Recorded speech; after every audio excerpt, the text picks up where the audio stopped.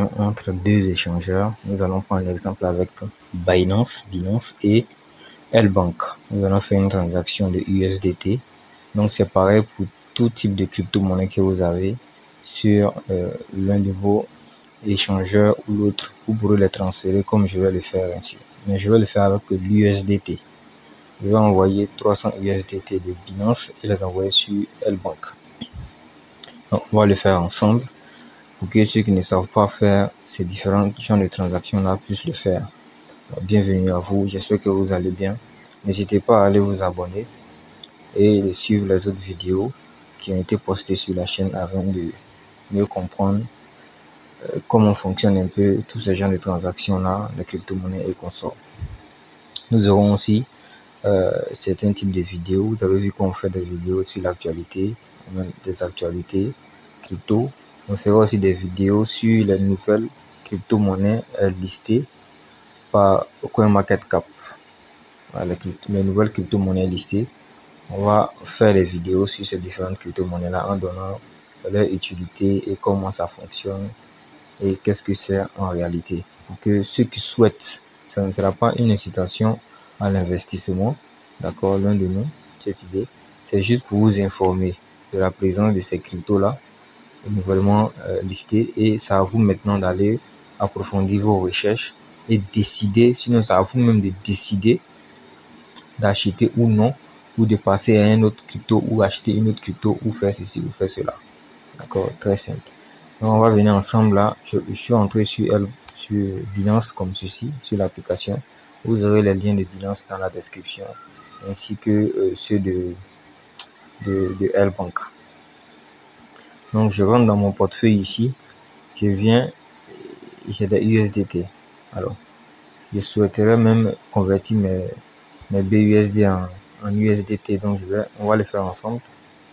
Je viens j'utilise la paire BUSD USDT. Je vais vendre au marché, je vais tout vendre, je fais sell. Automatiquement tout a été vendu, je les ai en USDT. Je clique sur l'USDT, ensuite je viens dans withdraw ici, je vais changer la couleur, je viens dans withdraw là, je clique dessus, je sélectionne send via crypto network. Ça c'est quand je vais envoyer sur un autre échangeur. Si c'est entre deux utilisateurs Binance, pour ne pas payer des frais de transaction, tu cliques sur send via email. Donc tu vas lui envoyer par son email. Mais notre cas ici c'est envoyé via une adresse de réception. La première chose à faire, c'est de sélectionner d'abord le réseau et ensuite coller l'adresse de réception et venir mettre le montant là et cliquer sur suivant. Allons-y ensemble. On va sélectionner le réseau TRC20. On voit même qu'ici le réseau BNB est moins cher, hein, le BEP20. On va mettre BEP20 ici. On va aller sur L-Bank pour copier l'adresse de réception L-Bank. Voilà. Je rentre dans mon portefeuille. Sur mon portefeuille là, je viens ici, je tape USDT. Je fais OK. J'ai l'USDT qui s'affiche en haut là. Je clique dessus. Ensuite, je viens cliquer sur recharger. Excusez. Voilà.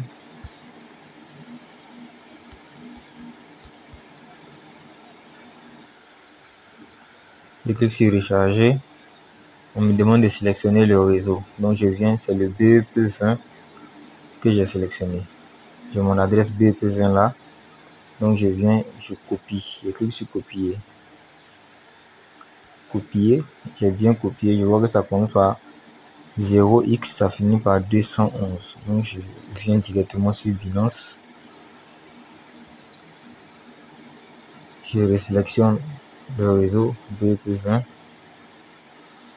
Je viens là, je colle l'adresse 211, ça finit là. Je viens, je mets le montant. Je vais envoyer exactement 300 $. Quand on regarde le fait 301 $ par exemple, je vais cliquer sur withdraw comme ceci. BP20. Est-ce que je suis sûr que c'est le réseau BP20? Oui, je suis sûr. Je peux revenir là, vérifier, c'est bien le BP20 BSC. Je clique sur confirmer. On me dit les risques. Je fais, voilà, je suis conscient des risques. Je fais suivant, je patiente juste. On patiente ensemble. Alors, je dois renseigner les différents codes par téléphone. Moi, j'ai mis toutes ces vérifications là. Il y a certains qui n'en ont pas. Moi, j'ai mis le Google Authentificator. J'ai mis la vérification par numéro de téléphone, la vérification par email aussi. Je fais copier, je colle. Je viens, je fais send aussi, code. Je vais dans mon mail.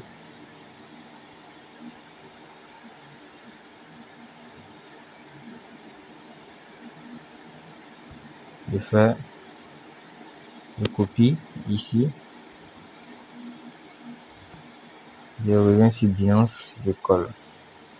Je vais dans mon Google Authentificator.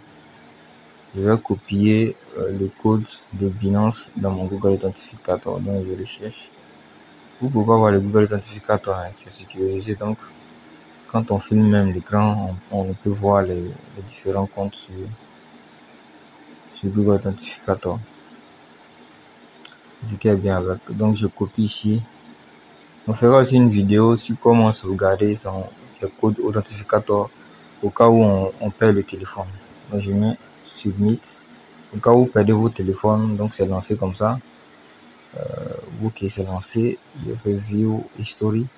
Donc je disais, au cas où vous perdez vos téléphones, il y a une manière de sauvegarder tous les codes, tous les comptes qui ont été synchronisés avec Google Authentificator dans votre application. Il y a une manière de synchroniser. C'est à travers les QR codes. Quand vous allez exporter le compte, ils vont vous remettre des QR codes. Vous faites des photos avec un autre téléphone et ces photos-là, vous pouvez les mettre sur votre compte WhatsApp, Facebook ou Messenger, vous voyez un peu, ou un compte sécurisé, un cloud, vous mettez ça en ligne, un truc du genre. Vous gardez ça quelque part, quoi, pour ne pas perdre ça. Et maintenant, quand ou même il y a des bloc-notes, il y a des applications bloc-notes où vous pouvez mettre des images et puis vous codez, vous fermez ça. Même si vous désinstallez l'application, le jour où vous l'installez, avec votre email, automatiquement tout revient. Tout revient automatiquement. C'est en processing. On va attendre que L-Bank reçoive ça. Donc je viens sur L-Bank, je peux venir ici, voir ici la note, voir un peu l'avancement. Bon, je sais pas encore venu. Déposite, je patiente juste. En attendant, je vais aller surfer un peu sur le STKK. Ici, là, ok, 41. Je vais venir acheter un peu de STKK. 0,67. Ça fait $200. Quelqu'un a acheté ça. Hein. Je vais acheter rapidement parce que je sais que ça va monter. Il aura un burn. Ceux qui sont dans l'activité, il aura un burn de 90 000 pièces. On va venir ensemble sur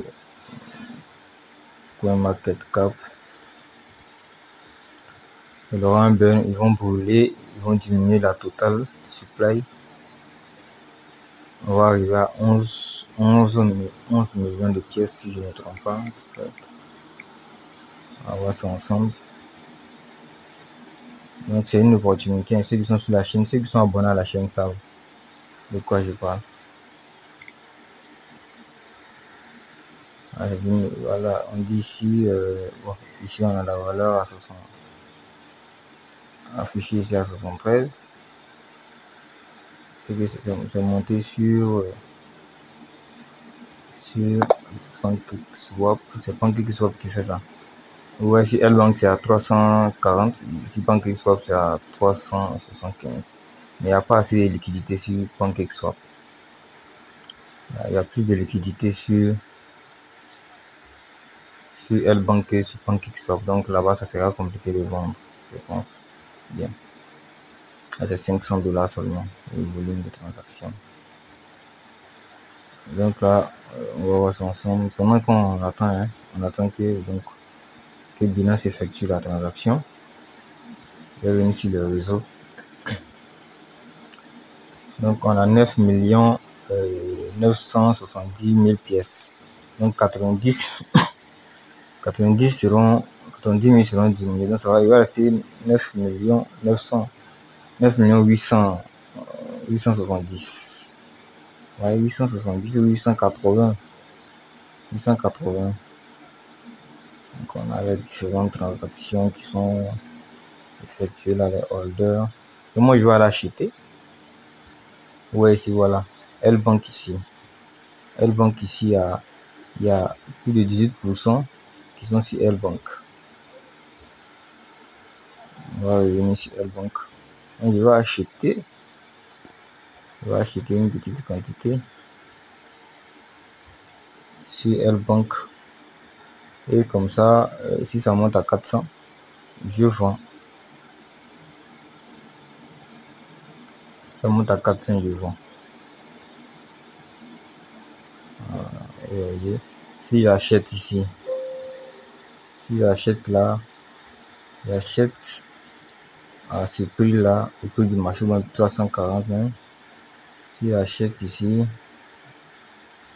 pour 300 $, ça fait 0,87, 300 $. Si je viens, je vends à 400 $, 0,87, je me retrouve avec 448 $. Donc, minimum 50 $. Même si j'ai pu faire 50 $ en une semaine, c'est déjà énorme. Imaginez vous faire 50 $, 50 $ chaque semaine. Ça vous fait 200 $ par mois. Ça vous fait aux alentours de 100, 120 000 ou 140 000 en fonction du dollar. C'est énorme. Mais c'est un risque aussi, hein, parce que ça peut baisser. C'est ça la crypto-monnaie, c'est un risque, ça peut baisser. Je peux acheter à 341 là, et puis le prix va chuter. La monnaie chute. Dans ce cas de figure là, je suis en perte, mais bon, puisque j'ai toujours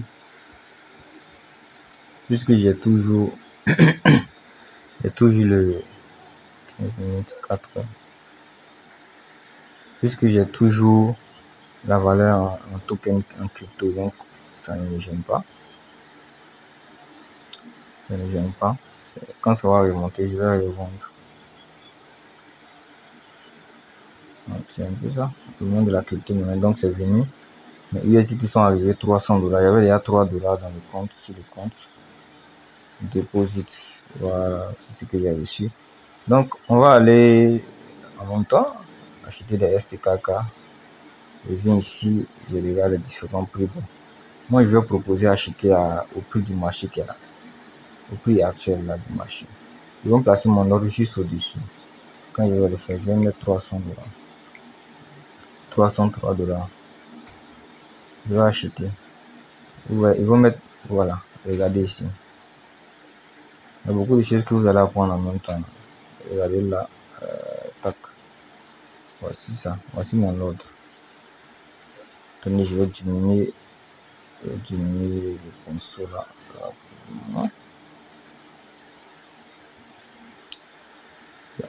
Mettre, je diminue. Regardez ici, ça c'est mon ordre, c'est moi qui ai placé ça. C'est moi qui l'ai placé.